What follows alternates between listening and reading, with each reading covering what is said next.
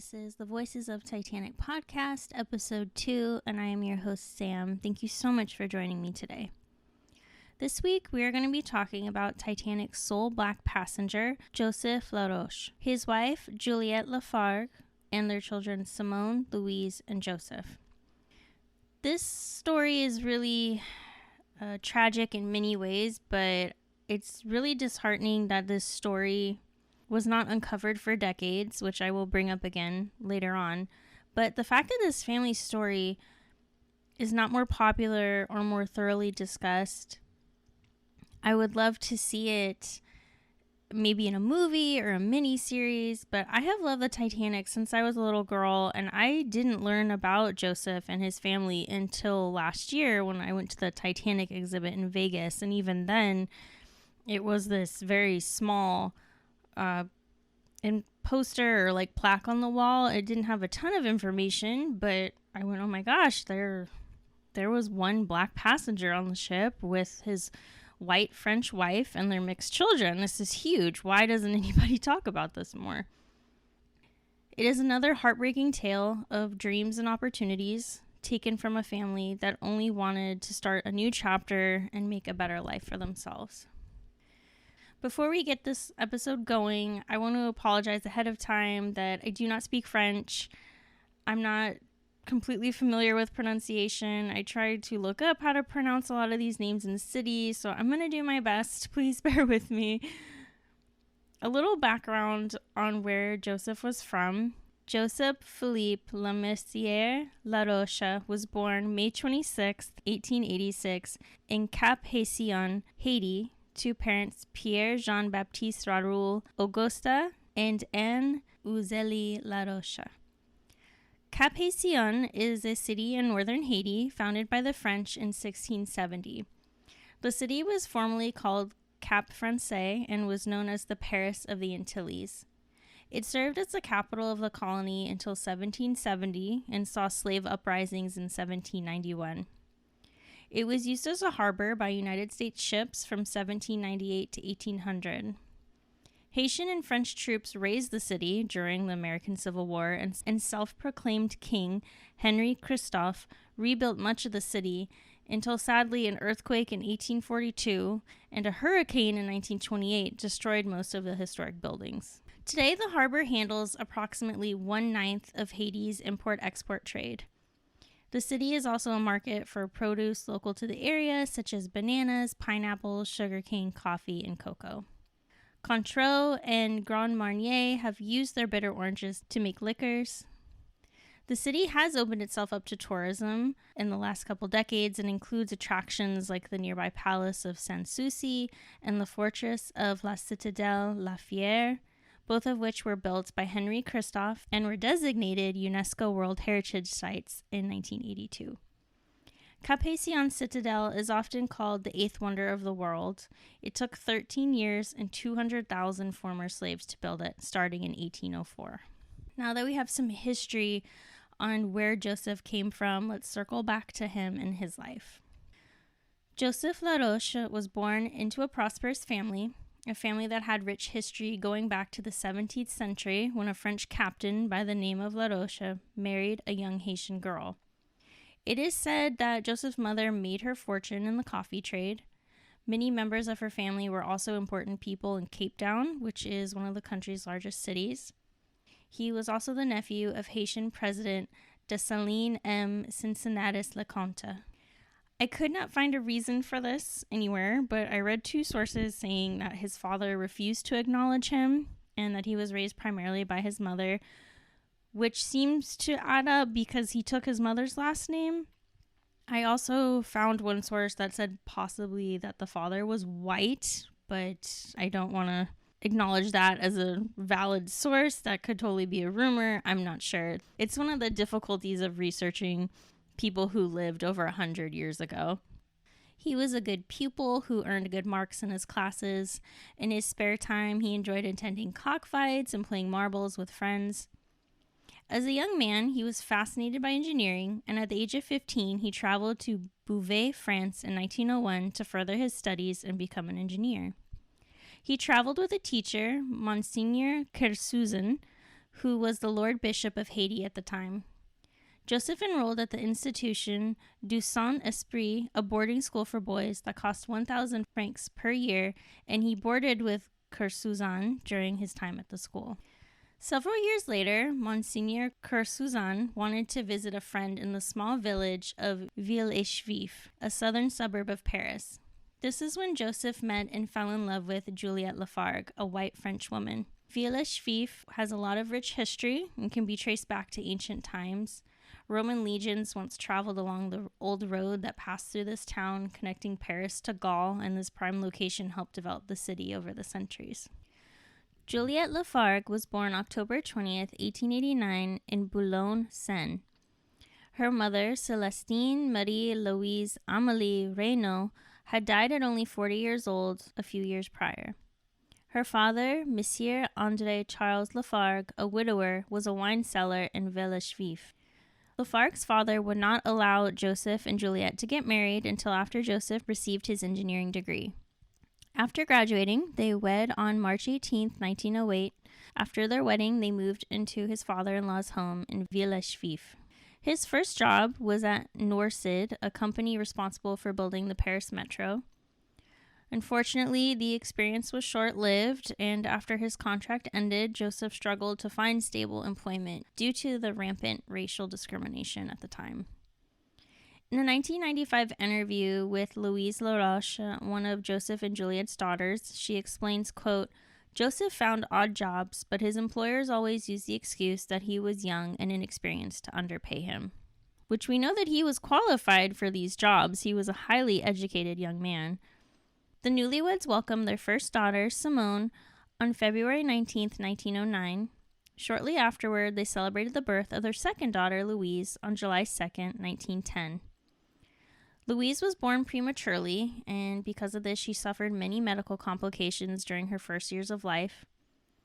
The family's expenses continued to increase as Joseph's career opportunities continued to dwindle. In 1911, it was decided that Joseph and the family would return to his home country of Haiti so he could provide better for his family. His uncle, Cincinnatus Leconte, had recently seized power in Haiti, and Joseph received a job offer as a mathematics and physics teacher. Plans changed, however, when Juliette discovered she was pregnant for a third time in March 1912.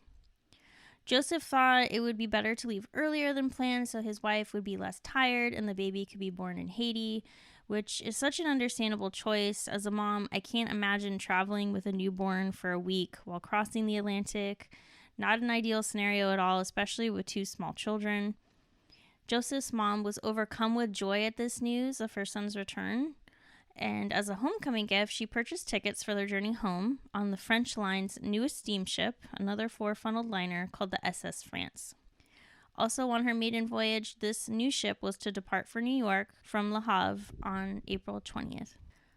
Not knowing what a pivotal, life-altering decision this would be, Joseph and Juliette decided to transfer their first-class tickets on the SS France to Titanic because at the time, the SS France's policy required that children stay in the nursery during dining times, and they were not allowed in the ship's restaurant even with their parents accompanying them.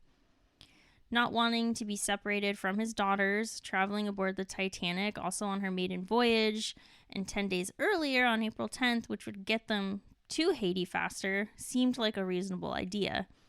Their first-class tickets on the SS France were the equivalent of second-class reservations on the RMS Titanic, and so the transfer was made.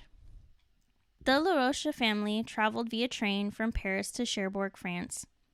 Their daughters were too excited to sleep during this new and exciting experience. In the same carriage, they met another French family boarding the Titanic in Cherbourg, a Monsieur and Madame Millet and their son André. The families exchanged pleasantries, and the Millets shared that they were immigrating to Montreal to begin a new life. Both families wondered if they would meet other French speakers on board. Due to the large size of ocean liners like the Titanic, the ship had to be anchored in the harbor, while White Star Line tenders, the Nomadic, and the Traffic would carry passengers, luggage, and mail to the ship. The Laroches and the Millets were brought over on the Nomadic along with 200 other passengers. Juliette wrote a letter to her father on Titanic stationery that was posted in Queenstown, Ireland on April 11th, 1912. She writes, "On board RMS Titanic. My dear Dad, I have just been told that we are going to stop in a moment, so I take this opportunity to drop you a few lines and tell you about us. We boarded the Titanic last evening at 7 o'clock. If you could see this monster, our tender looked like a fly compared to her. The arrangements could not be more comfortable. We have 2 bunks in our cabin, and the 2 babies sleep on a sofa that converts into a bed. One is at the head, the other's at the bottom. A board put before them prevents them from falling. They're as well, if not better, than in their beds. The boat set out when we were eating, and we could not believe she was moving. We are less shaken than in a train. We just feel a slight trepidation. The girls ate well last night. They only took a nap in the whole night, and the chime of the bell announcing breakfast woke them up. Louise laughed a lot at it. At the moment, they are strolling on the enclosed deck with Joseph, Louise in her pram, and Simonne is pushing her. They already have become acquainted with people we made the trip from Paris with, a gentleman and his lady and their little boy, too, who is the same age as Louise. I think they are the only French people on the boat, so we sat at the same table so that we could chat together. Simonne was so funny a moment ago. She was playing with a young English girl who had lent her her doll. My Simonne was having a great conversation with her, but the girl did not understand a single word. People on board are very nice. Yesterday, they both were running after a gentleman who had given them chocolates. This morning, I tried to count all the children on the boat. In second class only, I am sure that there are more than 20. There's a small family with 4 children. They remind me of my uncles. The youngest looks very much like Fat Marcel. I am writing from the reading room. There is a concert in here, near me, 1 violin, 2 cellos, 1 piano. Up to now, I have not felt seasick. I hope it will go on this way. The sea is very smooth. The weather is wonderful. If you could see how big this ship is. One can hardly find the way back to one's cabin in the number of corridors. I will stop here for now, for I believe we are going to put in, and I wouldn't like to miss the next mail. Once again, thank you, my dear Dad, for all your remarks of bounty toward us, and receive all the warmest kisses from your loving daughter, Juliette. Warmly kiss for us all our dear grandmother, Maurice, Marguerite, and Madeline. Kiss their good grandfather. They just had their dresses on this morning when they wanted to go and see you." We are so fortunate to have this letter. It is a piece of history, and it gives you really good insight into a second-class passenger's experience and perspective on board the ship. From her writing, it's clear that they enjoyed many amenities and accommodations and were comfortable in their travel. I find it really bittersweet thinking about how much the little girls were enjoying the voyage. The family sounds very happy and like they are excited about this promising new future in Haiti and this voyage on this new exciting monster of a ship, as she called it. Now, you may be wondering, like I was, how was their experience socially amongst the other passengers? Being an interracial couple with mixed children, by all accounts, it seemed like the couple had a positive experience. I don't want to sugarcoat it and say it was 1000% positive for them before the disaster struck, but I haven't been able to find anything definitive about any prejudice while on board.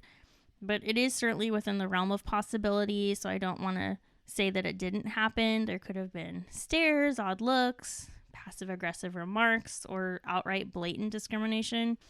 We can never say with 100% certainty what their experience was.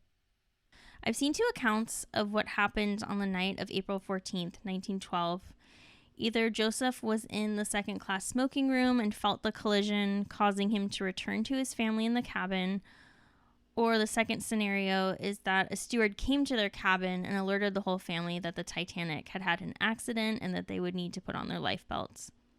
Either way, they made it up onto the deck. Joseph put all their valuables, including money and jewels, into his pockets. Not speaking a word of English, Juliette was confused by what was happening, and she let Joseph, who spoke English fluently, lead them to the lifeboats. After midnight, Joseph bid farewell to his wife and 2 daughters. They were loaded into either Lifeboat 10 or 14. I have seen different accounts. As Juliette and the girls were placed into lifeboats, Joseph draped his coat across his wife's shoulders. Allegedly, Joseph's last words to his wife were, quote, "You will need it. I will see you in New York. I must take another raft. God be with you," end quote. According to the Chicago Tribune, the coat was stolen. Take that with a grain of salt, though, because I could not find this detail anywhere else. It's a possibility it was a factor that contributed to the family's later financial struggles. So this is entirely plausible, but I couldn't verify it anywhere else.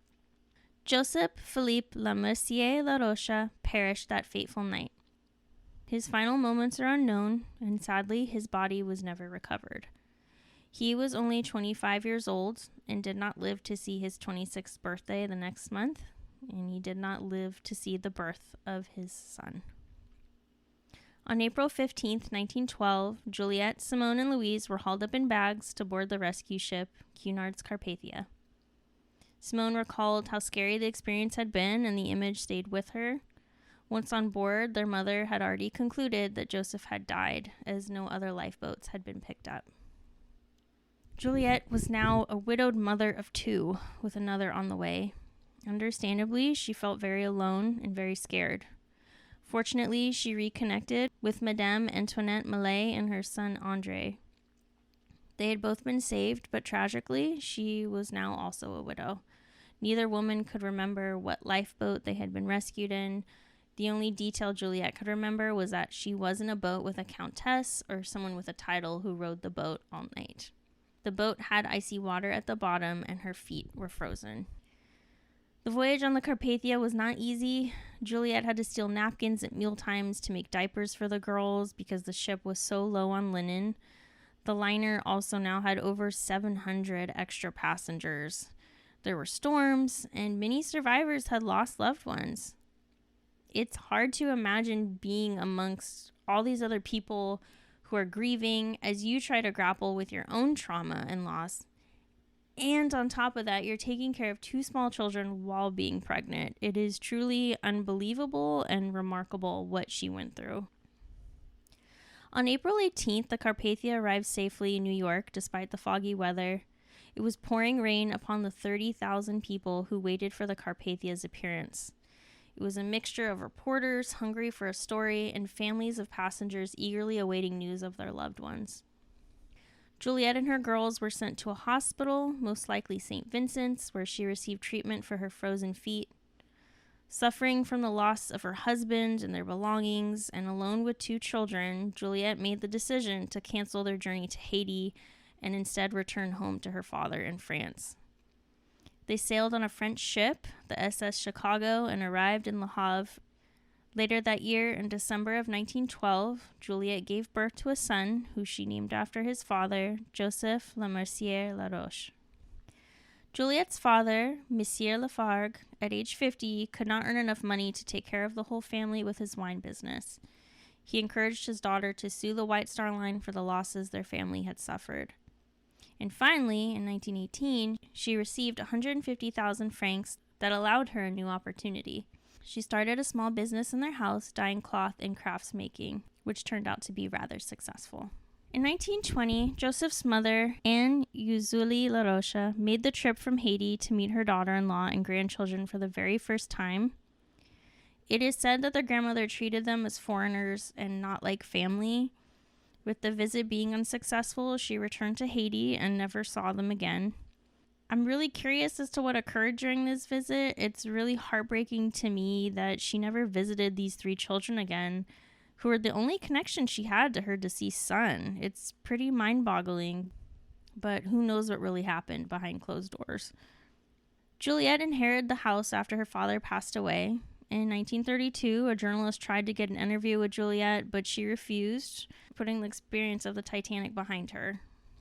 She did, however, meet with survivor Edith Russell, who invited the Laroche family to the Claridge Hotel in Paris. It was said that for many years, on April 15th, Juliette would receive a gift from Edith, like perfume or chocolate. She also reconnected with Madame Millet when she was back home in France. Juliette never remarried and never spoke to reporters about the disaster except for in letters to the Titanic Historical Society. She passed away on January 10th, 1980 at 91. Her grave is engraved with Juliette Laroche, 1889 to 1980, wife of Joseph Laroche, lost at sea on RMS Titanic, April 15th, 1912. Her daughters also never married. Simonne died at the age of 64 on August 8th, 1973. Louise was an honor member of the Titanic Historical Society from its beginnings in 1963 to her death. She didn't speak English, so correspondence with her was not a common occurrence. But when a Frenchman, who was also fluent in English, named Olivier Mendes, joined the Titanic Historical Society, he paid Louise a visit for an interview. Her story was published in 1995 in the Titanic Commutator. Louise died in January 1998 at 88 years old. Joseph and Juliette's son, the second Joseph Laroche, married and had 3 children. He died in 1987. What a story. Just to think if Joseph hadn't been a victim to the racial discrimination at the time and could have stayed with his family in France, none of this would have happened. And how heartbreaking to think that switching ships altered the course of all of their lives. They had a sickly young daughter. Of course, they wanted to be with their children at all times. What parent wouldn't want that? And to think Louise's story wasn't published until 1995. How remarkable that their family's story and the passing of their father was unknown for decades. Joseph, Juliette, Simonne, Louise, and young Joseph deserve to have their stories told. They all suffered great trauma. I'm sure even little Joseph experienced some sort of stress and trauma from his mom's grief and her fear during the sinking and raising 3 children on her own. I can't imagine how much stress she must have endured. Joseph was a hero. He made sure his family got safely onto a lifeboat, giving them a chance at survival. We'll never know if he knew and accepted his fate or if he thought that there was still hope for himself and other men. But in the end, he put his family first. Separating from one's family, especially with a baby, a toddler, and your wife being pregnant, had to be an incredibly scary decision, but it was certainly the right one. And young Joseph carried on the Laroche line with his 3 children. And they are also lucky to have survived and that Joseph's legacy could be carried on through further generations. Let's pause and take a moment of silence for Joseph Laroche as well as his family who suffered a great loss and witnessed a horrible event.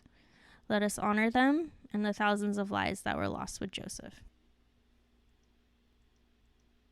Thank you, crew, for joining me in today's episode. I wanted to add that I made an Instagram account for the podcast. You can find it at Voices of Titanic Podcast. I'll be posting pictures of the passengers, of the crew on there for each episode. As we disembark, I wish you happiness, love, and peace. Take care, and I'll see you next time on the Voices of Titanic.